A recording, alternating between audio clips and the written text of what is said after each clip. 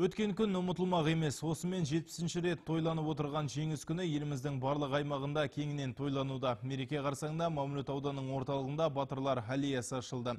8000-нан астам жауынгер соғысқа аттанған ауданда бүгінгі күні оларға қойылған 41 ескерткіштің барлығы да қайта жаңартылып, көзі тірі батырларға ерекше құрмет көрсетілді. Самат Сапаралы жалғастырады.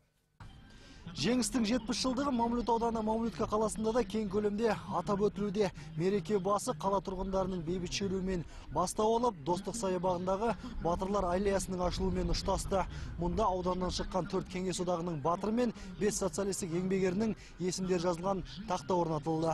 1941 мен 1945 жылдар аралығында Мамлют ауданынан 8000-нан астам солдат соғысқа аттанса, олардың 3-тен 1 ғана үйлеріне оралған. Сұрапыл соғыстағы жеңістің 70 жылдық мерекесі мәдениет үйінің алдынан бастау алған бейбіт шерумен басталды. Қаз-қатар тізілген дүйім жұрт майданнан оралмағандарға арналған ескерткішке гүл себеттерін қойып, бабалар рухына құрмет көрсетті. Одан соң мамлюттіктер Достық саябағына қарай бет алып, отан үшін от кешкендер ескерткішінің маңындағы батырлар аллеясының ашылу салтанатының куәсі болысты. Айтулы күнмен жиналғандарды аудан әкімі Ерболат Бекшенов құттықтады.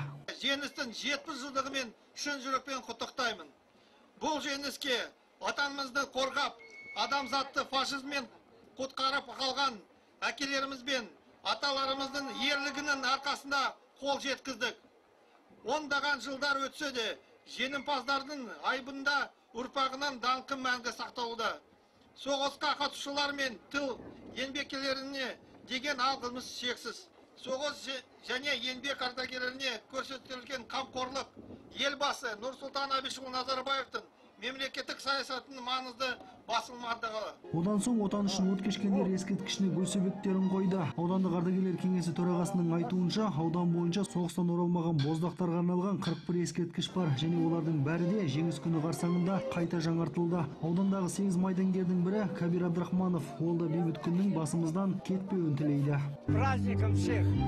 Пожелаю счастья, здоровья! Барлығыңызды жеңіс күнімен құттықтаймын. Аспанымыз ашық болып, ешқандай да соғыс болмасын. Біздің көрген күнімізді көрмеңдер. Салтанатты шарада лентасы кесілген батырлар аллеясында кеңес одағының 4 батыры мен 5 социалистік еңбекердің есімі жазылған. Олардың бірі 80 жасқа таяған Владимир Попов. Ол Белая кеңшарында 1955 жылдан бастап 43 жыл бойы механизатор болып жұмыс істеген. Я хочу поблагодарить. Осындай құрмет көрсетіп, есімімді таптаға жазып отырған аудан әкімшілігіне үлкен алғыс білдіремін. Жеңістің 70 жылдығы құтты болсын. Елімізде бейбітшілік пен келісім жасай берсін. Салтанатты шара соңы мерекелік концертке ұласып, тұрғындар әскери асхананың ботқасынан дәм ауыз тиді. Салған әнің ай, сағынғаным ай, ай күтсең болғандай. Жалаулығын алаулап жігер күшім сен, ауылың мен бауырым аңсағаным мен. Айта кету керек, бұл күні Мамлют санаторлық мектеп-интернатының оқушылары соғыста жараланған солдаттардың көрінісін сомдап, өткенге көз жүгіртсе, ал Мамлютка қаласының ерікті жастары автошеру ұйымдастырды. Самат Сапаралы, Дулат Мұсафиров, ақпарат.